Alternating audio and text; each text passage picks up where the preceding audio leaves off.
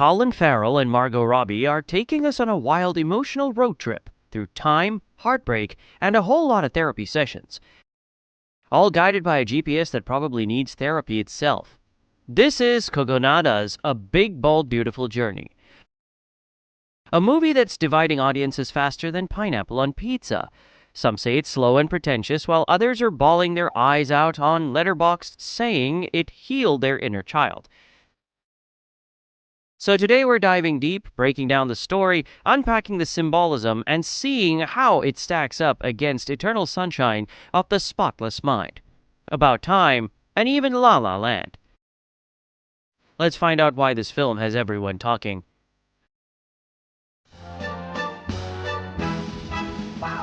On the surface, the movie is about two characters, played by Farrell and Robbie, going on a road trip together.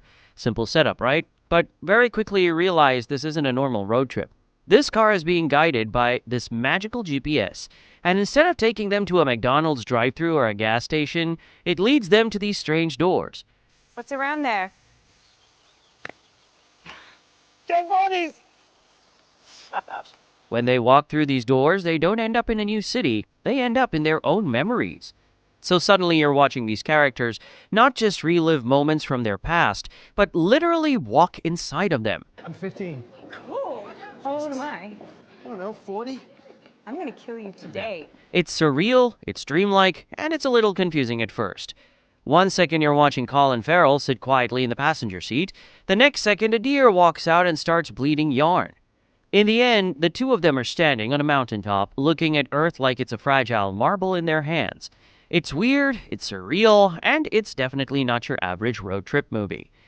How to apply for a job. How to advance from the mailroom. Now, let's talk about performances. Colin Farrell is basically in full sad boy mode, haunted, like a man carrying 40 years of regret on his back. Margot Robbie, though, that's where things get tricky. Her character is warm at times, distant in others, and some people think her performance is flat or even emotionless. Critics are arguing over whether that's intentional as a part of the characters, but some think she's just miscast, and the lack of chemistry between her and Farrell ruins the romance. Nice knowing you. Nice arguing with you. Honestly, watching them interact sometimes feels like watching two coworkers forced to carpool. Not exactly sizzling romance energy, but maybe that's the point. How'd you find me? GPS. And then there's the symbolism. This is where Kogonada really leans in. The deer bleeding yarn, that's grief unraveling in a physical form. The magical doors are a central, repeated element, universally discussed as a portal to past memories and traumas. There's even a scene where Farrell literally becomes his own father, which sounds insane, but it's meant to symbolize reparenting your inner child. And then there's this strange, emotionless car crash that just happens. No drama, no tears. That's trauma fatigue. The way pain sometimes stops registering after you've lived with it too long. The whole movie plays out like a therapy session filmed through an A24 lens. Cheeseburger? Hi, I'm David from the north side.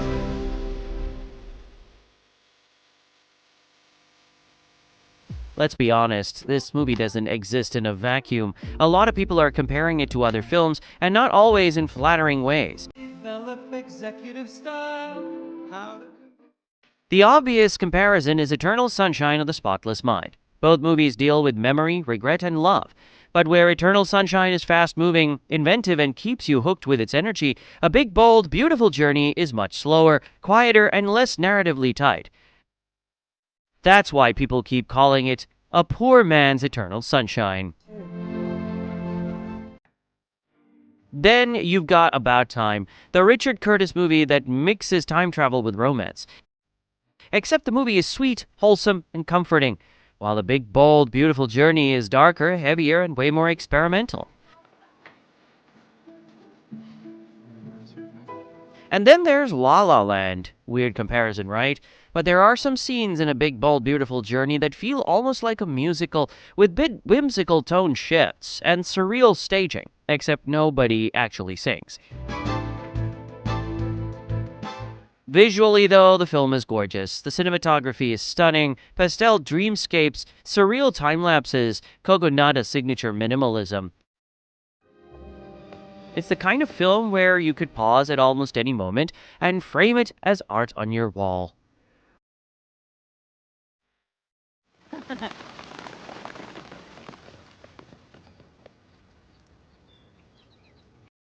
Okay, why is this movie so polarizing?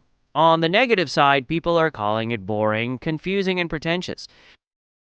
They say it's slow, meandering, and tries too hard to be deep without actually saying much. I've seen people on Reddit describe it as cinematic wallpaper and the world's most expensive therapy session. On the positive side, others are saying it's deeply emotional, therapeutic, and even life-changing. They're writing letterboxed reviews and how it unlocked memories they didn't know they had, or how it felt like sitting through the most profound therapy of their lives. Basically, if the movie connects with you, it hits hard, but if it doesn't, you're going to spend 2 hours wondering why a deer is unraveling like a ball of yarn. And honestly, that's what makes it fascinating.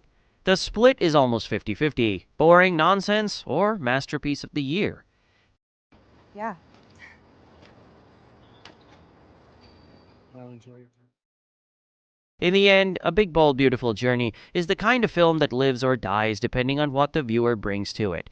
For some, it's a deeply emotional, almost therapeutic experience, an exploration of memory, regret, and healing that lingers long after the credits roll. For others, it's a slow, pretentious experiment that mistakes confusion for depth. That's the beauty and the frustration of it. Say something now. Dance, Sarah. Just dance. The film doesn't meet everyone halfway. It demands vulnerability, patience, and a willingness to embrace its strangeness. What's certain is that it's one of the boldest, most unusual movies of the year, too striking to be ignored, too polarizing to be universally loved. Whether it's remembered as a masterpiece or a misfire will depend entirely on the audience, not the film itself. So the real question is, where does this one land for you? Is A Big, Bold, Beautiful Journey a mind-blowing, soul-healing masterpiece, or just a beautifully shot mess that missed the mark? That's very dramatic. It's a bit over the top. Let me know what you think down in the comments. I'd love to hear your take. And if you're into surreal, emotional, and downright divisive films, don't forget to hit that like button and subscribe for more deep dives into cinema's boldest stories.